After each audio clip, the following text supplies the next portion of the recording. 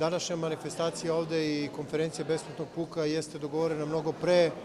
i pre nego što smo uopšte imali pretpostavku da će bilo kome pasti na pamet da kada obeležava bilo kakve događaje u Drugom svetskom ratu ne pozove Rusiju i Srbiju. 1. septembra je održana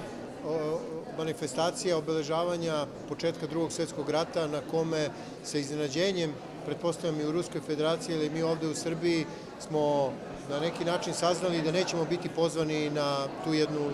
tu jednu manifestaciju. Tamo smo čuli da ne samo da postoje indicije da neko želi da prekraje istoriju, već da izbriše učešće i Rusije i Srbije i njihovu važnost. Pojavili su se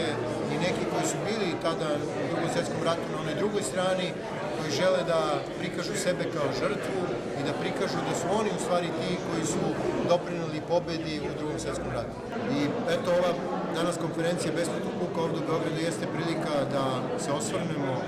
na Drugi svetski rat, na zasluge Rusije i Srbije i kao što smo i tada bili zajedno i danas smo zajedno i sigurno nećemo dozvoliti da se prekraja istorija i da bilo ko i umanjuje naš značaj u Drugom svetskom ratu, a takođe nećemo dopustiti da bilo ko izbriše bilo šta kad je u pitanju Drugi svetski rat i uloga i Rusije i Srbije.